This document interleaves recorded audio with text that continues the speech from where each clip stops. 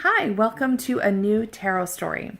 So, this week is the second week of the new moon cycle, which means we are in a time of the waxing moon. We are building momentum. So, if you are feeling very motivated and like you've got your goals figured out and you just feel very energized, that makes sense. This is a time for us to make things happen.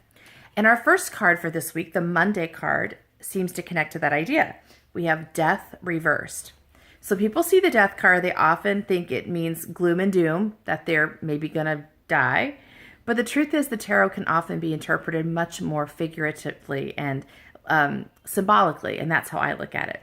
So in this image, we've got the skeleton knight, and he is over somebody who has fallen already, and it's a person with a crown. The crown is now on the ground.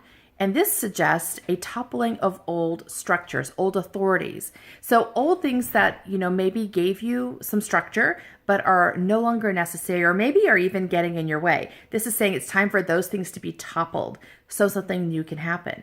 Now in the background, we've got the sun coming up over the kingdom, and that tells us a new day is dawning. New things are happening. So even though this card can say we're in a time of feeling disoriented, it may be a little fearful because we're losing something familiar, it's ultimately telling us that we are being led to something really powerful and new, and we want this.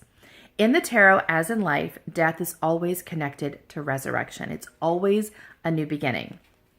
Now, the reversal of the card might suggest that we are feeling a bit resistant to this right now, which kind of makes sense. If we find we're in this really strong energy pool with the moon and things are waxing and we're gaining some momentum, there's always that sort of tendency within us to put on the brakes, like we're afraid of moving too fast and we want to slow things down a little bit.